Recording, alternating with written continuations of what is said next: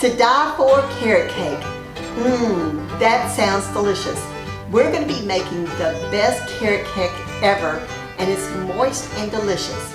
Welcome to Southern Glance with Gail. I'm Gail. Thanks for watching. Today we are going to make the best carrot cake that you've ever had. It is moist and delicious. You will love it. It's called To Die For Carrot Cake. Anyway, if you like this video, go ahead and hit the like button and subscribe to the channel and ring that bell so that you can be notified when the next video comes out. We'll probably be doing red beans and rice sometime this week. Okay, so let's get started. There's several ingredients that you're going to be making or needing whenever you make this, and we're going to go through those as we go through. But for right now, we're going to start with 3 ingredients. We are going to use 1 1/4 cups of applesauce. Now this is unsweetened applesauce, and it takes the place of oil or shortening or butter. So this is already going to be a little bit better for you than the other carrot cakes that you have made. So 1 1/4 cups unsweetened applesauce. Here comes the not so good for you. This is 2 cups sugar. Just going to pour it in. And now we're going to have 3 large eggs. And now we're going to go to the mixer, and we're going to mix all of these together. And we're going to mix it for a little bit until it gets really good and mixed together. So let's put this on here. And of course, whenever you start the mixer, you're going to start it on low speed because you've got several things in there and you don't want to sling the sugar out. So we're going to start it on low speed.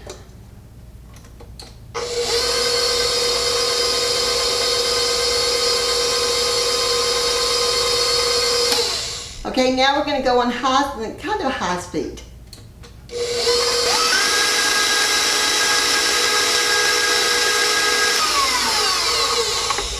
Okay, that was about a minute, and it looks pretty good. It might have been a little bit longer, but the applesauce, the eggs, and the sugar are all mixed together. Now we're just scraping the edges down, and now we're going to put in some dry ingredients. And we're not going to mix that too much, but here we've got 2 cups flour. Now remember, whenever you measure the flour out, don't shake the flour, just fill it all the way to the top and scrape it over. And here we have 1 teaspoon baking soda. And don't ever go over what the recipe calls for the baking soda, because the baking soda can kind of make the recipe taste yucky if you get too much. We have 1 1/2 teaspoons baking powder. Baking powder you can go over because it just makes the recipe rise a little bit more. Now we have 1/2 teaspoon salt. Just going to dump that in. And now we have, the recipe calls for 1 teaspoon cinnamon, but I'll probably put in about 1 1/4, 1 1/2. And we're going to just whisk this together. And while we're whisking this together, I need to tell you where I found the recipe. The recipe, I was looking online for a really good carrot cake, because all the carrot cakes I had ever had were just dry, and they didn't taste good and made me feel like I didn't like carrot cake. But then I found this one recipe online, Mom on Time Out, and it's called To Die For Carrot Cake. And so she gave you some options. She said that you could use oil or applesauce, and I used applesauce because I thought it was healthier, and it was the best carrot cake. And from then on, I think carrot cake is my favorite. So it also is my mom's favorite. So now we're going to dump this flour mixture very carefully into the applesauce. We're trying not to make a mess, but it still does. Okay, and now we're going to beat it just on very low speed for just until it is very lightly mixed.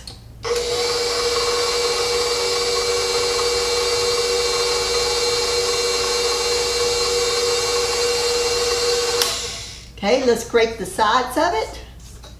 So whenever you're mixing flour in, you just don't really want to mix it in too well. You don't want to over mix it at all. So So let's try this again. We're not going to overmix it, just barely on low.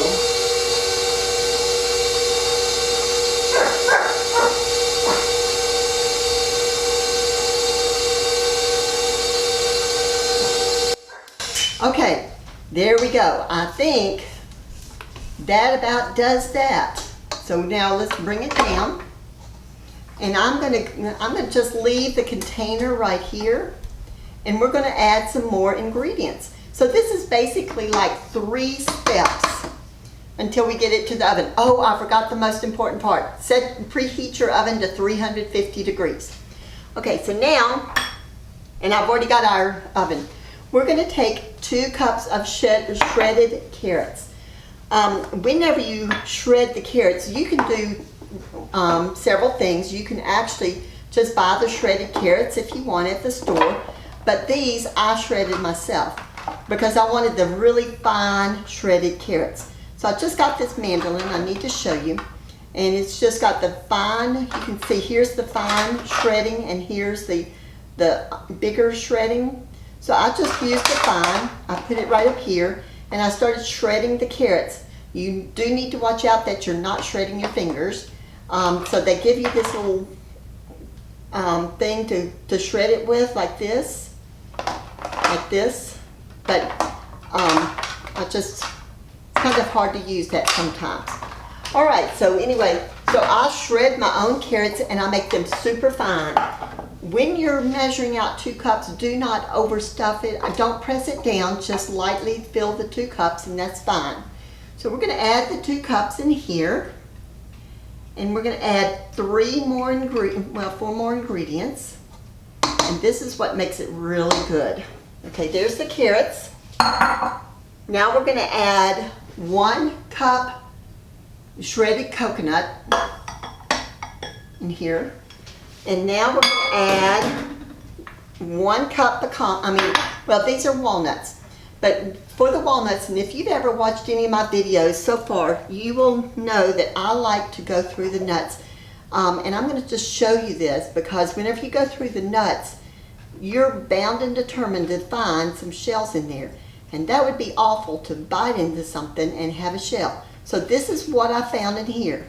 This little nut looks awful, and so we're throwing it out. This one does not look so good.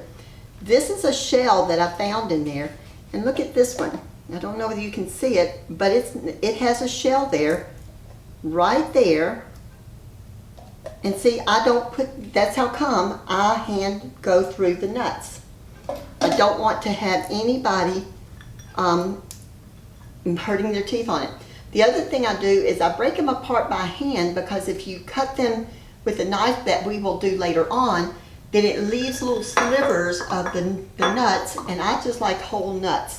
So anyway, that's a cup of nuts, and actually it's probably like a cup in a heaping cup. And then this is unsweetened crushed pineapple. And so it's just 1 cup of unsweetened, well, it's not unsweetened, it's sweetened in its own juices. So it's not the syrup part. So now that we've got that in there, let's go ahead and add about a teaspoon of vanilla. But if you know me, I'm just pouring it in, and I probably poured in about 1 or 2 teaspoons of vanilla. Okay, we're going to be mixing this up just on low speed, and not very much at all.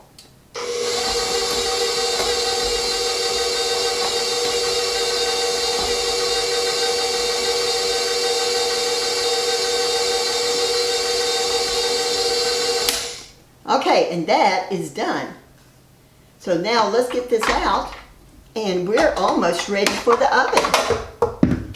See, it's very fast once you have the ingredients, which I already did the ingredients while we were before we started the video, so that's not a problem. But I'm going to go get the pans. Now you have a choice of the pans to use. You can use a 9x13, which is normally what I use. But today, because I wanted to share this with other people, then I'm using 3 pans, and they're just like this. I'm not sure of the size at all. Let me see. Okay, so today I'm going to use the 8 by 5, and I'm going to use 2 of them, or 3 of them. I'm going to just kind of see how well this goes. So we're kind of playing by ear. So I've got parchment paper right here, and I'm going to just spray some of this parchment paper just very lightly, like that. And I'm going to pour in, I'm going to actually use a cup. I'm going to actually use a cup, and I'm going to pour this in, or dip it in. And the parchment paper will go right down in there. See how it does? But the parchment, it's just something magical about the parchment paper. It's just it just makes things taste so good because it makes them soft. So now we're going to put another cup in and see how that works. So we're going to bring it closer. Okay, and that's 1. Let's just do 1 more. That's a little nut right there. Let's get that out.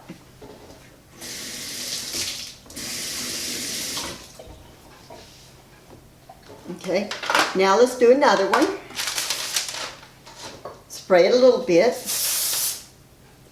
Go ahead and dip this in. There's 1.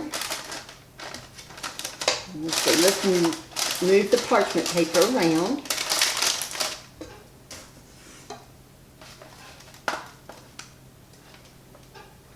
Here.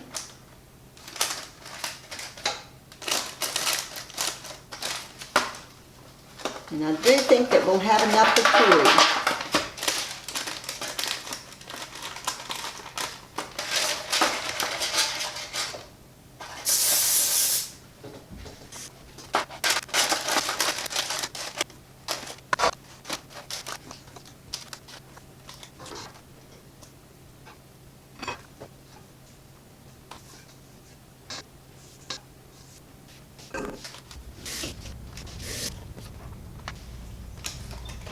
Okay, now that we have all 3 of these set, we are going to go ahead and put these in the oven for about maybe 20 to 30 minutes. We're going to watch it, and we're going to use the toothpick method to make sure that it's done.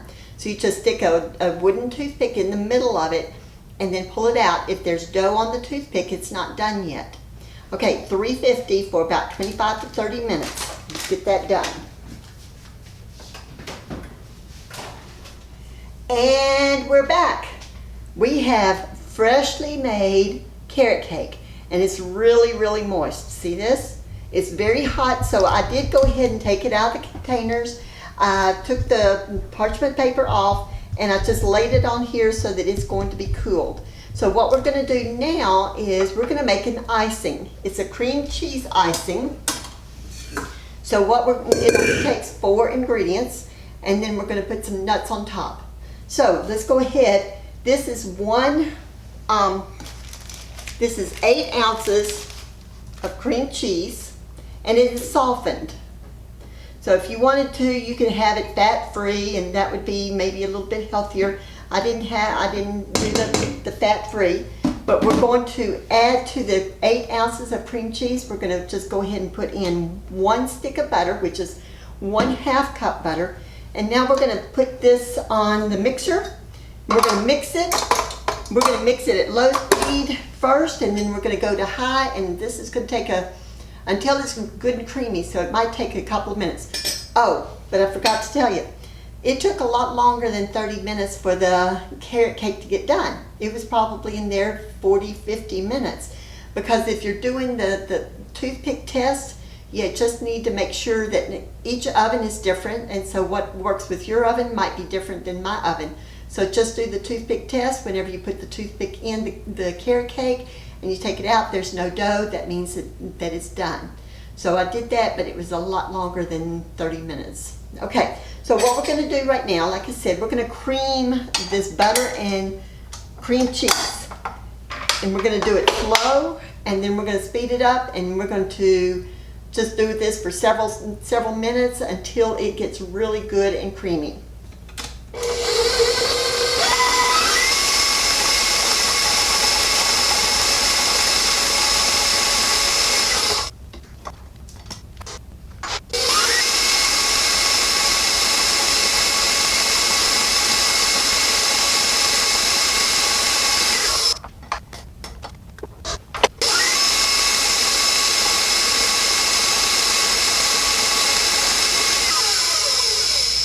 Okay, I think it's about creamy enough.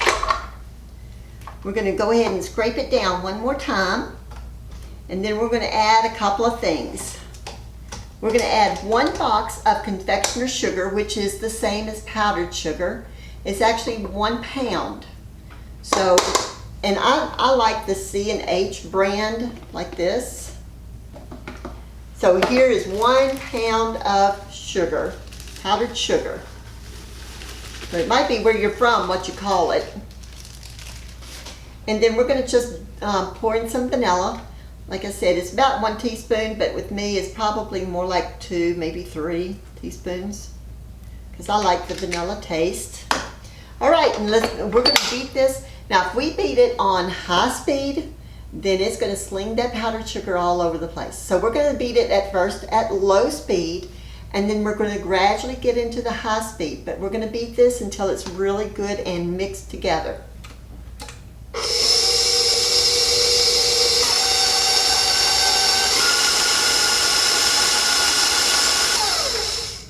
Okay, and I think that does it.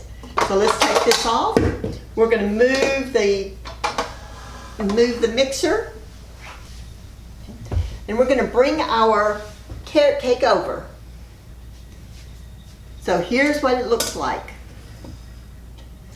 And we are not going to ice all of them right now because these are still really hot. And if you were to put the cream cheese icing on top of it right now, then it would probably melt it. But we are going to do something a little bit different. So Gary and I actually like our carrot cakes warm, which is fresh. It's really fresh. So we're going to take one, and we're going to go ahead and put the icing on just one of them. Let me put this down here. And we're going to get one ready, and then we're going to wait for the other 2 until a little bit later. But that way you can at least see what one is like. So let me get a little dish.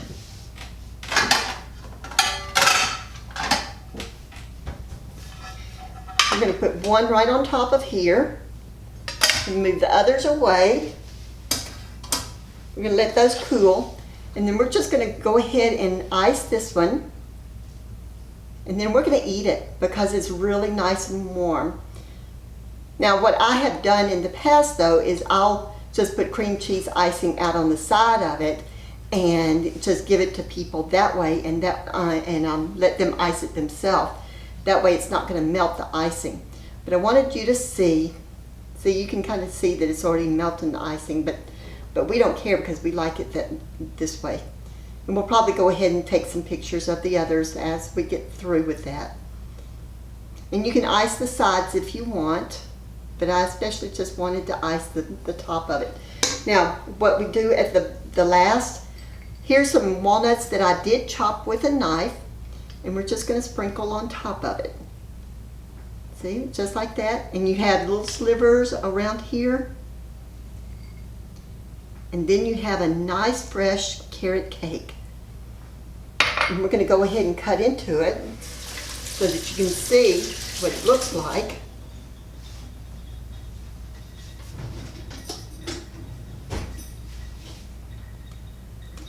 And it's very, very moist. I wish you could taste it.